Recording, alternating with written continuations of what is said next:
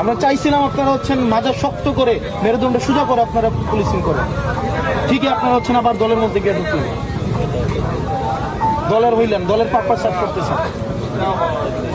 5টা মানুষকে যে আমরা একটা বহন নিয়ে আসছি, আমরা যাবো না, আমরা 5টা মানুষ নিয়ে যেতে যাচ্ছি, আপনি ছেড়ে দিচ্ছেন না। আপনি 5টা মানুষ, আচ্ছা স্যার, তাহলে রিজিট কি আপনি না আমি? রিজিট কি হইলো? আমি হইলাম না আপনি হইলেন রিজিট? 5 জন যেতে যাচ্ছে, আপনি দিচ্ছেন না, আপনি মামলা করতে দিচ্ছেন না আপনার আমাকে, তাহলে রিজিটটা হইলো কি? স্যার আমি একটু কথা বলি। আপনি আনলফুল কাজ করতে পারেন না, ছাত্রদল করতেন? আপনি আনলফুল কাজ করতেছেন। আপনি যারা হামলা করছে তাদেরকে গ্রেফতার না করে এসে আপনি আমাদেরকে বাধা দিচ্ছেন। আপনি ট্রাক দিয়ে বাধা দিচ্ছেন এখানে, আপনি বালুর ট্রাক রাখছেন এখানে, আপনি পিক আপ রাখছেন এখানে, আপনি এখানে বাস থামায় রাখছেন কোন ঊর্ধ্বতন কর্তৃপক্ষ।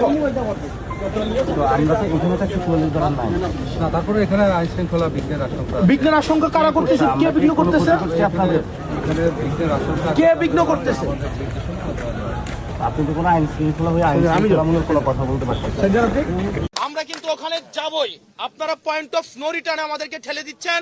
যারা হামলা করেছে তাদেরকে গ্রেফতার না করে আমরা সেখানে মামলা করতে যাচ্ছি, আপনারা আমাদেরকে বাধা দিচ্ছেন। আপনাদের লজ্জা হওয়া উচিত। এখানে আইন প্রণেতা আছেন, এখানে আপনারা তাদের গায়ে হাত তুলছেন, এখানে তাদের গায়ে হাত তুলছেন। এবং এখানে আপনারা যদি পুলিশিং করতে চান, যদি বিএনপি করতে চান, পুলিশের পোশাক খুলে আপনারা বিএনপি করতে, আপনারা একটা পৌরসভায় হচ্ছে আপনার 144 ধারা, আপনি এখানে শ্রীমঙ্গল হচ্ছেন, আপনি আমাদেরকে বাধা দিচ্ছেন, আপনি আমাদেরকে আইন শিখাইতে আসছেন। আপনাদের লজ্জা হওয়া উচিত।